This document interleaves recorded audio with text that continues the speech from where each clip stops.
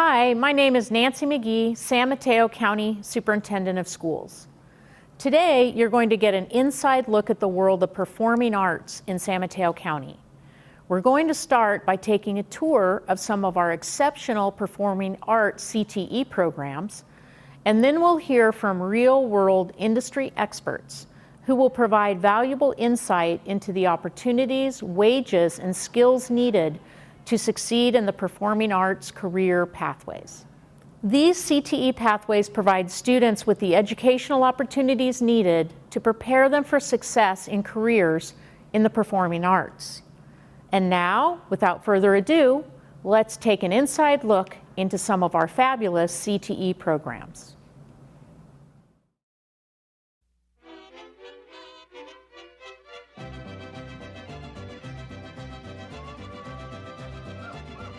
The folklore class here at South City mainly focuses on learning dances from states from Mexico, and we also go into research projects as well on those states where we learn more about the cultures, how they live, just all of the whole environment of those states. So dance production is the second level of the dance pathway at Jefferson High School. It's kind of where we sort of go more into the actual deep dive into producing dances and producing shows. My name is Martin Cruz Barajas. I am the folklorico dance teacher at South San Francisco High School. My name is Heike Menzel and I work at Jefferson High School. Day in my classroom look like a very active day. We start with warm-ups, 15 to 20 minutes warm-ups, and later on we practice a couple of dances that the students previously learned.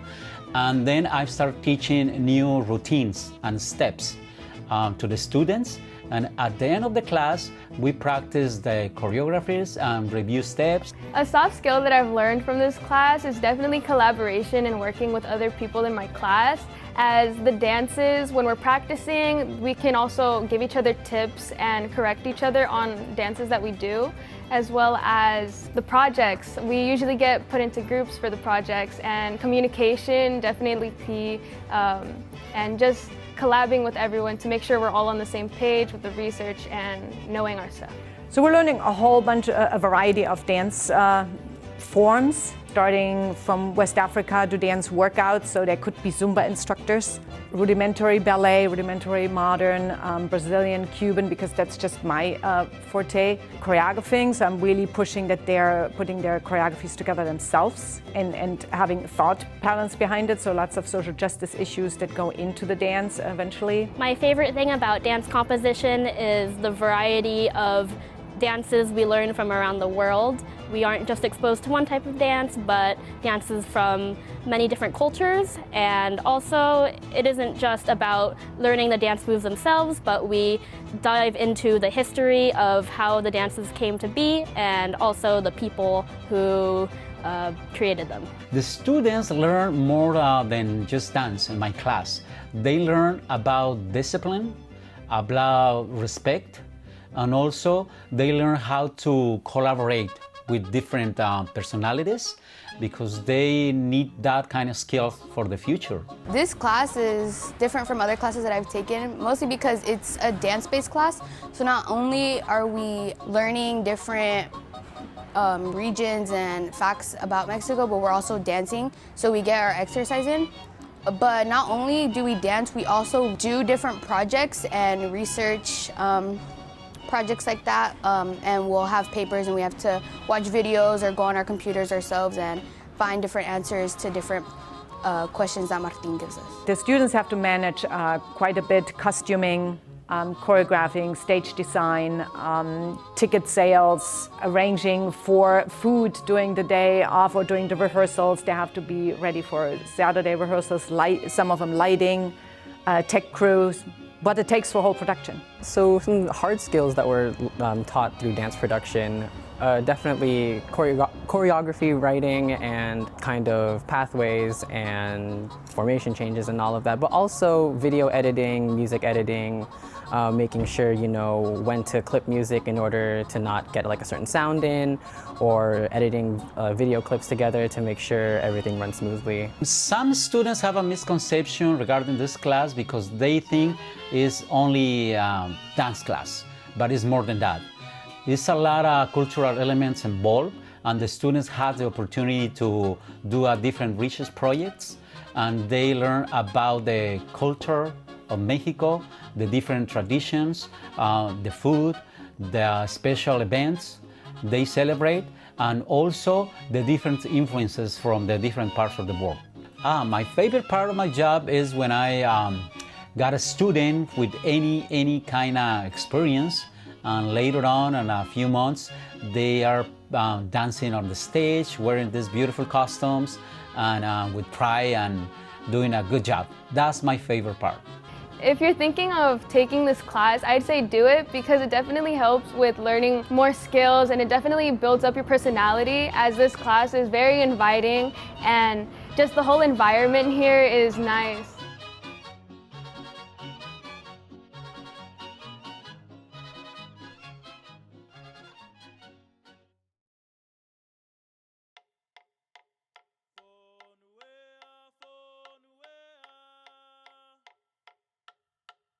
Hello, my name is Epi Leonel Mavai. Hi, I'm Fanga Misa, and we're sisters, and we are from the lovely village of Leone in Tutuila, American Samoa, as well as Amanave, Fangongo, and Alofau in Tutuila. And then we are also from the beautiful island of Mangua. And together, we are two of the founders of local San Francisco Bay Area nonprofit known as Samoan Solutions. And we're here today to talk about our program called Fangongo Samoa.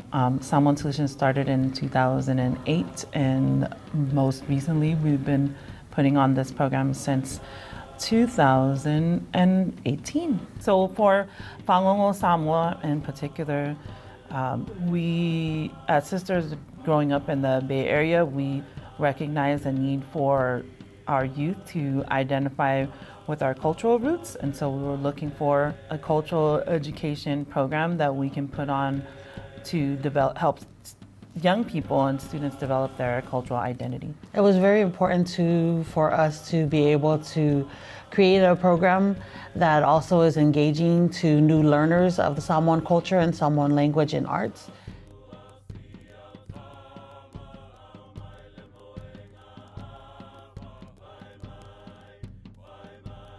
I would say like media and performing arts in the Bay Area especially is huge.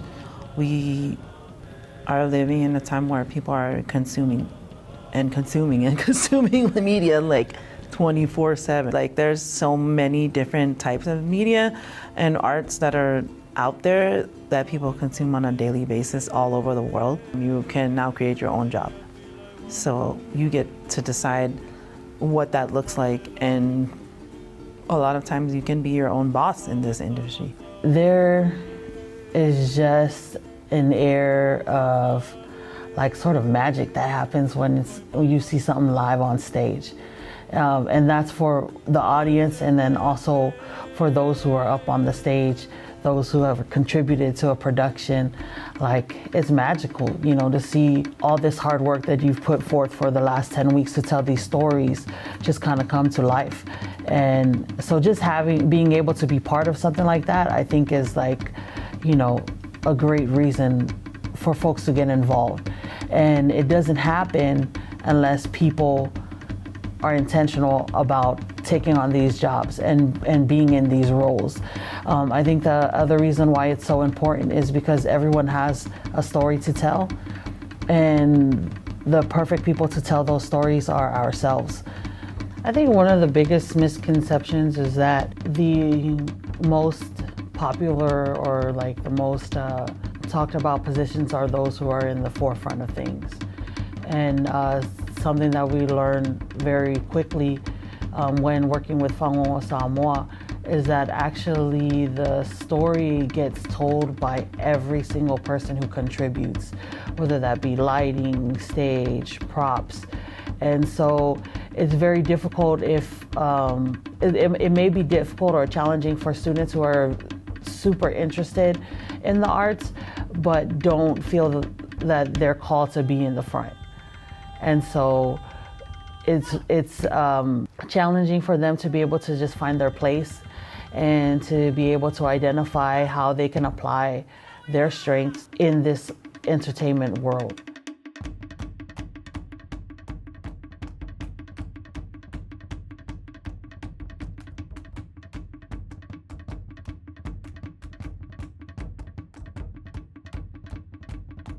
So like Fanga said, now you can make your own job. So definitely in performing arts, there is the technical side of things. So people who are going to create lighting, stage, sound, and take care of that. In many spaces, those jobs are also union jobs or protected jobs through city and counties. So that's awesome.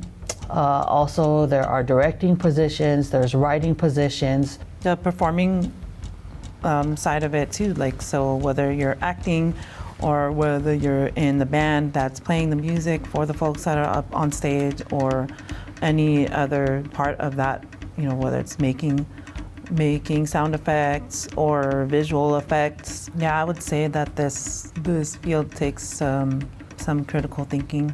You have to be able to make decisions and weigh out options and things like that. But if anybody is interested, I would say start now.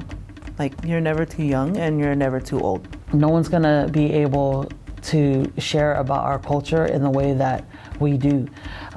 Disney and these big name production places, they can make it look visually appealing, but we're connected to these stories by blood. And our ancestors have passed these things down from generation to generation, and it gives us a chance, because we're living in a technology sort of time now, for us to transition these stories from word of mouth to on stage and to on film and other different medias that will last longer and far past ourselves. So I hope that folks will take on the challenge of joining entertainment, specifically for performing arts.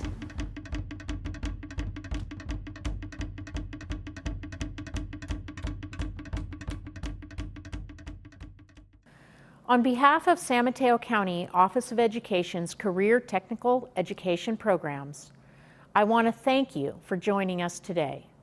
Students and families can learn more about performing arts courses at smcoe.org/CTE. Thank you for exploring the world of career technical education.